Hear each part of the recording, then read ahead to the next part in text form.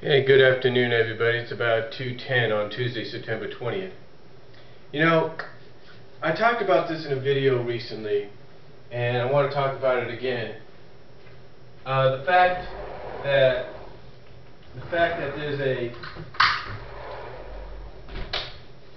realignment going on in college football. Now, in case you guys haven't been really paying attention, and some of you are probably wondering why Colorado and Utah are now in this Pac-10 or Pac-12 standings, it's because Utah and Colorado about a year ago or so agreed to join the conference. Now, about the same time, Nebraska agreed to join the Big Ten and thus make it, in my opinion, the Big 11, even though it's still the Big Ten by name. Just like the Big 12, even though they only have just like the Big 12, even though they have 10 teams, still calls themselves the Big 12.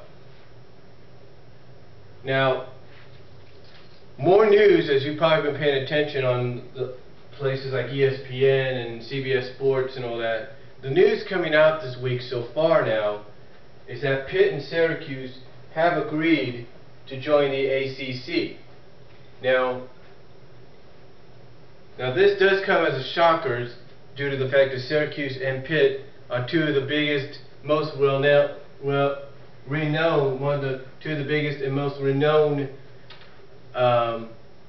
teams representing the Big East. Now, the Big East has secured another team, though, but they're not sure how long that's going to last for them when they secured TCU to go from the Mountain West to the Big East.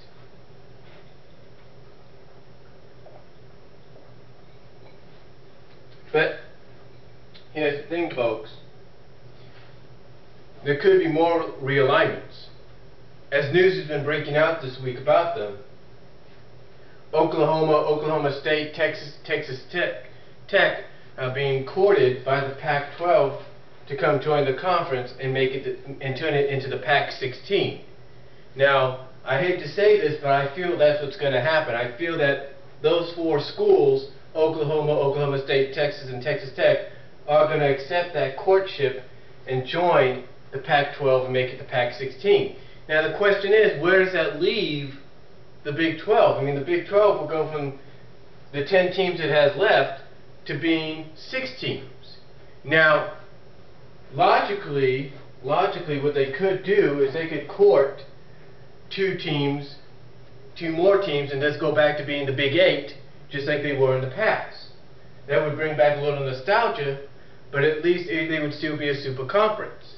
Well, not a super conference, but still be a BCS conference, because they'd be back to being the Big 8. Hey, once again, that would be the most logical way to go. But what teams could they procure? What teams could they convince? Hey, come join us and become part of the Big 8, or the newly reborn Big 8. Who could they convince? Well, there's a lot of teams out there they could convince. But who? Who would be Big 8 region material? Well, in my opinion, there's a few teams. In my opinion, we have a few teams. I think one of the teams, in my opinion, if that's the direction I would go in my opinion, that's the direction I would go in, one of the teams I would try to procure would be Tulsa. Actually, two of the schools I would try to procure would be Tulsa and Houston. That's who I try to procure to form a newly revigorated Big 8. That's who I would try to procure. But I'm not sure if that would be a good direction to go in. That all hinders on what happens. And it looks like the Pac-12 is going to get those 4 additional schools that I mentioned. Now the Big East, on the other hand, could end up dissolving in altogether within probably the first year that TCU is a part of it, or they could also gather some new schools. Now, let's say for the sake of argument, we don't go the Big 8, that what's left of the Big 12 doesn't go the Big 8 route. Okay, they don't go the Big 8 route. Let's say they decide, okay, we're going to let these other conferences court these schools and see what happens. This is what I feel is going to happen, folks. This is what I feel is going to happen. Big 10 or Big 11 is going to court Iowa State, Kansas, and Kansas State to join them so that they will become the Big 14. I feel that's what's going to happen. Now Missouri, I feel, is going to be courted by the Big East, along with some other schools, like say Baylor. And Texas A&M, of course, is currently courting, and vice versa, the SEC. So this is what I feel is going to happen. Missouri may end up in the Big East.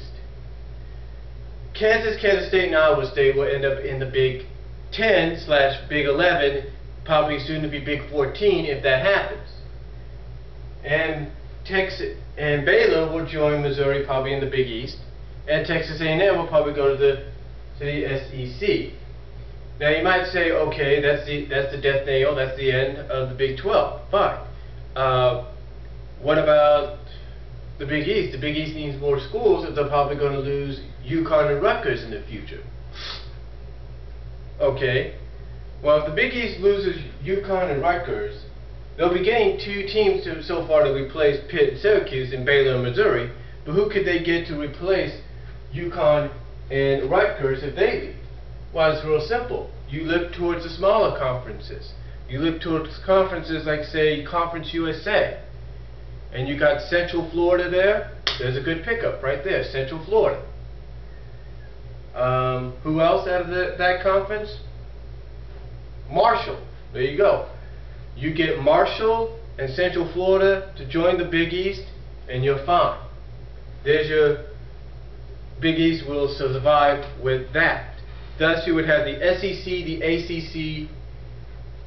Thus, you would have, like I said, you would have the Pac-16 if it happens. You would have an SEC.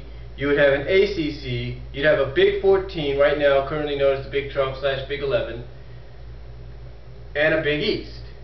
You'd have 5 major conferences in and at large with the independents. So that's what I feel. That's what I believe is going to probably eventually happen. Now, some of you may say, well, what about the traditional rivalries that we have at the beginning and the end of the year?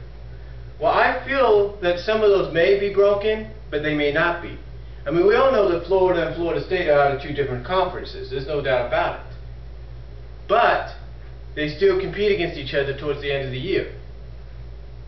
Same with Georgia and Georgia Tech.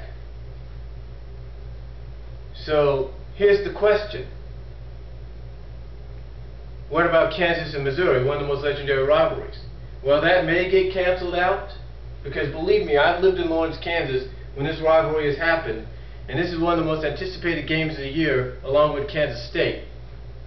But I feel that it's probably going to be kept. They're going to try to keep this, because both teams are going to be sort of like on the east side, on the East Coast, if you will, but they're trying to keep it, because they know it's a traditional powerhouse rivalry.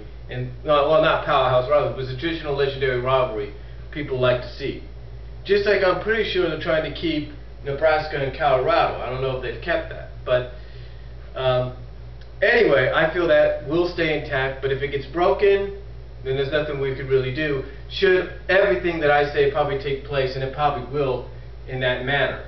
You know, some at ESPN are saying, oh, they could all form a super conference of their own. What's left just form together as one new conference, like the East 12 or something like that.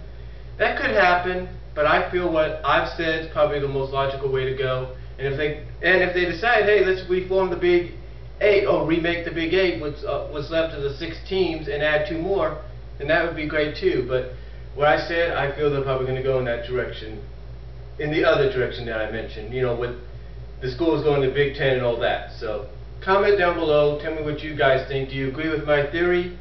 And I will talk to you all later.